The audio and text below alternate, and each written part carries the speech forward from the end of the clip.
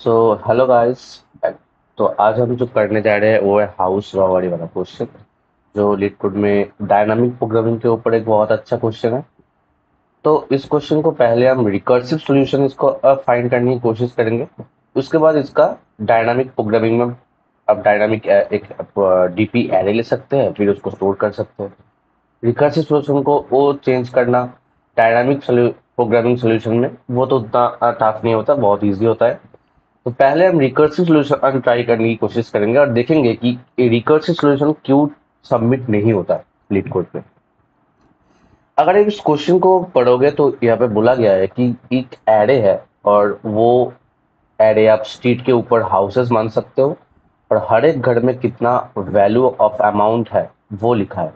तो आपको चोरी करना है, बट बगल वाले कोई भी एक घर को नहीं चोरी करना। अगर चोरी करेंगे तो पुलिस को फोन चला जाएगा। तो बेसिकली ये हमको ओवर मैक्सिमम समेशन फाइंड करना है जितना हम लूट सकते हैं एक ही रात में, एडजेसेंट एलिमेंट को ना करके, एडजेसेंट हाउस को ना चोरी करके। अगर आप इस दोनों टेस्ट केसेस को देखोगे ना, तो दोनों टेस्ट केसेस को देखने के बाद आपको लगेगा कि ये क्वेश्चन तो ओ इजी है। इस क्वेश्चन को तो ओ आप सिंपल कर सकते हो। आप सिर्फ ऑड एलिमेंट्स का समेशन लो और इवन एलिमेंट्स का समेशन लो, उसमें जो मैक्सिमम आएगा वही आंसर आएगा। अगर आप वो सोल्यूशन इसमें करोगे भी ना, रन भी करोगे, तो ये दोनों टेस्ट केसेस पास भी हो जाएंगे। बट सबमिट करते टाइम आपको लगेगा कि गलत है वो सोल्यूशन, क्योंकि एक का एडजेसेंट ए वाला एक भी हो सकता है। सो ऐसा नहीं सिर्फ और इवन वाला हम करें, तो हम वो हमें ध्यान रखना पड़ेगा। तो इसका सोल्यूशन बहुत इजी है, मैं आपको बहुत इजी तरीके से बताऊंगा। तो फर्स्ट हम रिकर्सिव सोल्यूशन ढूंढने की कोशिश करेंगे। तो मैं यहाँ पे एक सिंपल एरे ले लेता हूँ। जो एरे जो नाम्स एक्चुअली इफ भेजा गया है एज अ पैरामीटर, तो सिर्फ मैं उसको बोल दूंगा कि सी जो एरे है वो नाम्स एरे है। मतलब मैंने सिर्फ एक नाम्स एरे को ग्लोबल ले लिया है ताकि मैं दूसरा फंक्शन से उसको एक्सेस कर सकूं, मुझे भेजना नहीं पड़ेगा बार बार। तो मैं इधर लिख दूंगा फंक्शन इफ। भाई डीपी के सोल्यूशन में हमेशा मैं फंक्शन एपी कॉल करता हूँ।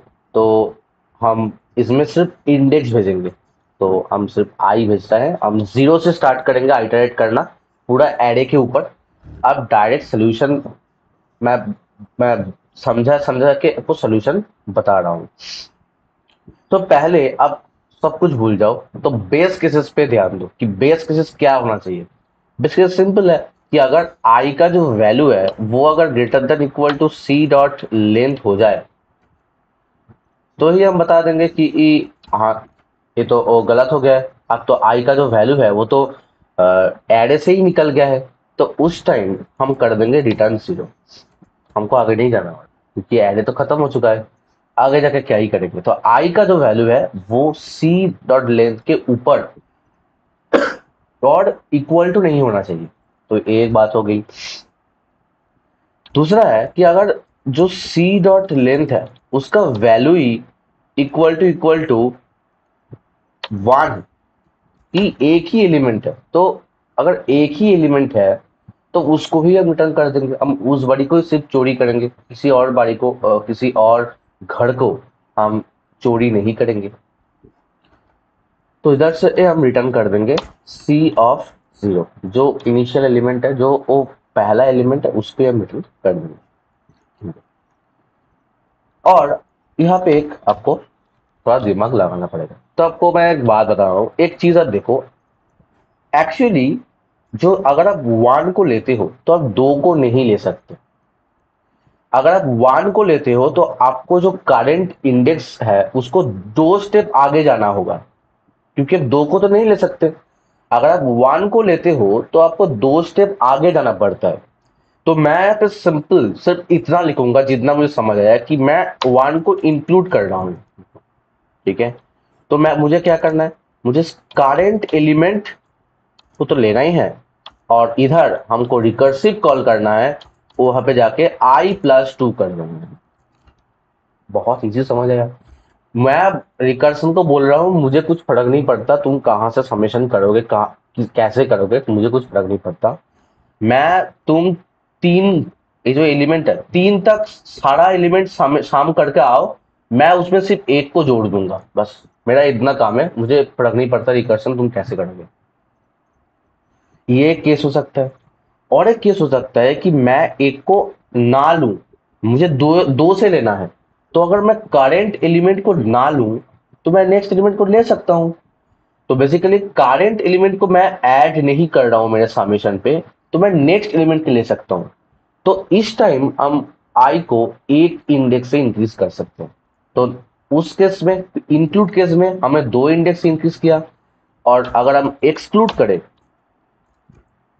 तो हम एक इंडेक्स से इसको इंक्रीज कर सकते हैं। कर दिया। और क्या ऐड करना है, जीरो ऐड करना है, क्योंकि करंट जो एलिमेंट है उसको तो हमने इंक्लूड ही नहीं किया, हमने सिर्फ इंडेक्स को मूवमेंट कर दिया।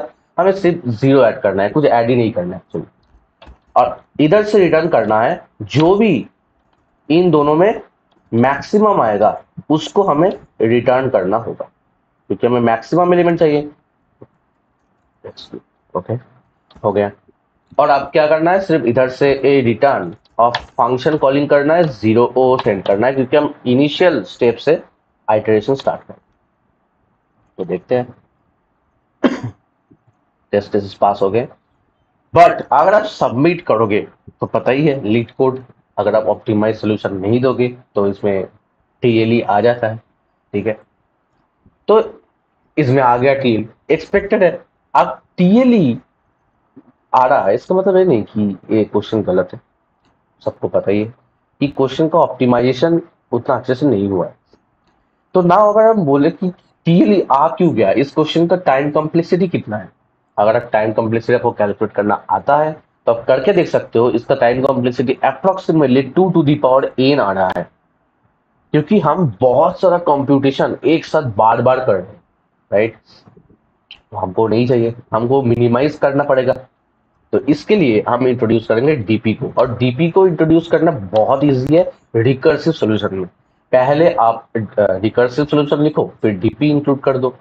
मुझे क्या करना है, इस डीपी को मैं इनिशियलाइज करूंगा, मैं एक एरे से इनिशियलाइज करता हूँ, एरे इनिशियलाइज करता हूँ। और यहाँ पे देखो कंस्ट्रेंट दिया गया है कि जो लेंथ होगा वो 100 के आसपास ही होगा, 1 से 100 के आसपास। तो मैं एरे का साइज 105 ले लेता हूँ भाई, क्या ही दिक्कत है। और इसको फिल कर देते हैं -1 से, सब पे -1 भर दो, कुछ दिक्कत नहीं। अब डीपी में कुछ करना है तो डीपी तो बहुत इजी होता है। कैसे करो, सिर्फ इधर जो math.max है इसमें डीपी आप कैलकुलेट किया, हम कैलकुलेट करके वो कॉम्बिनेशन को उसी पर्टिकुलर इंडेक्स में स्टोर कर देंगे। और इधर बार बार चेक कर लेंगे कि बार बार कंप्यूटेशन हमें नहीं करना भाई, हमें चेक करना है बार बार डीपी ऑफ आई अगर नॉट इक्वल टू -1 है, इसका मतलब क्या है, हमने तो -1 से इनिशियलाइज किया था, बट अभी देखा जा रहा है कि -1 नहीं है, इसका मतलब जरूर वो वाला इंडेक्स कभी ना कभी अपडेट किया होगा, जैसे इधर कर जा रहा है। तो उस टाइम मुझे क्या करना है, मुझे सिर्फ डीपी ऑफ आई को रिटर्न करना है, बस हो गया।